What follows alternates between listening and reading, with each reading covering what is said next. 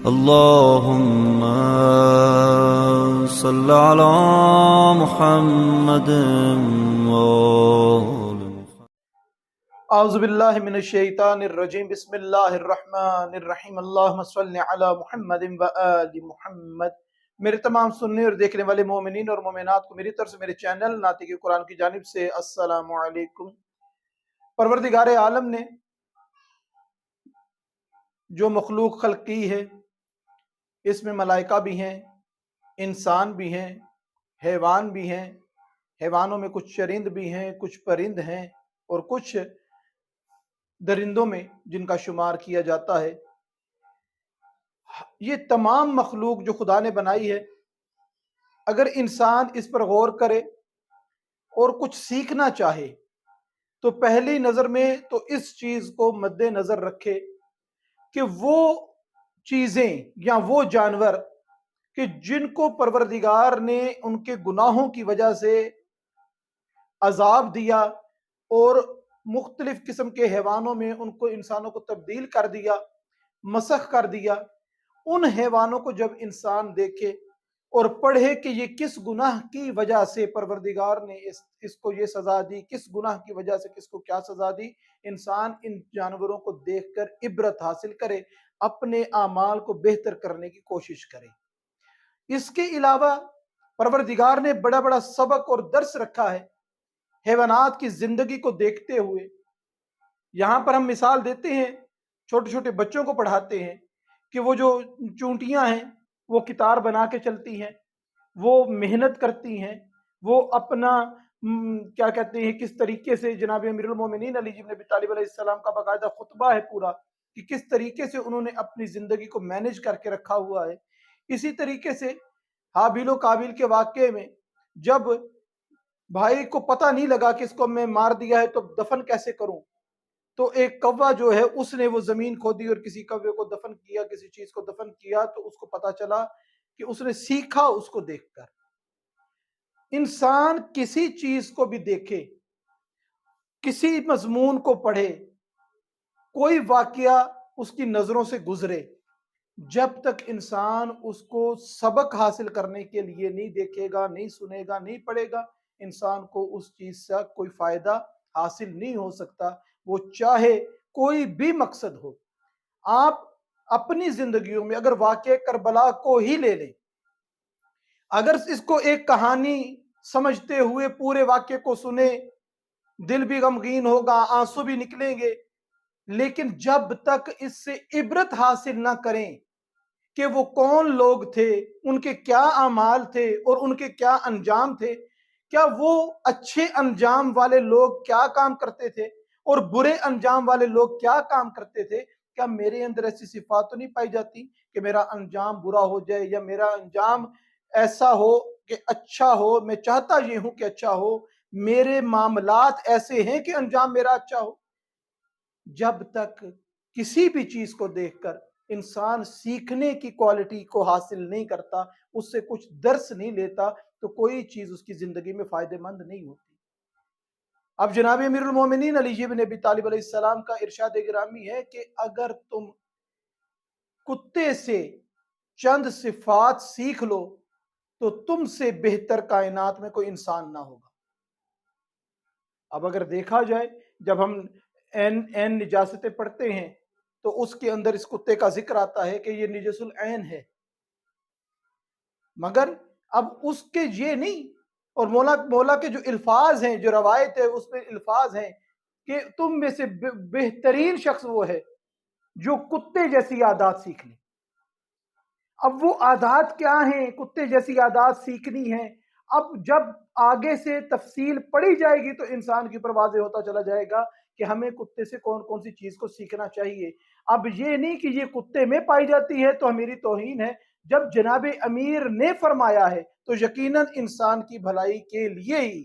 جناب امیر کا یہ جملہ ہے، اور اس کے اندر کسی قسم کا شک اور شبہ موجود نہیں ہے۔ سب سے پہلے جناب امیر فرماتے ہیں کہ کتا جو ہے وہ مال و دولت جمع نہیں کرتا،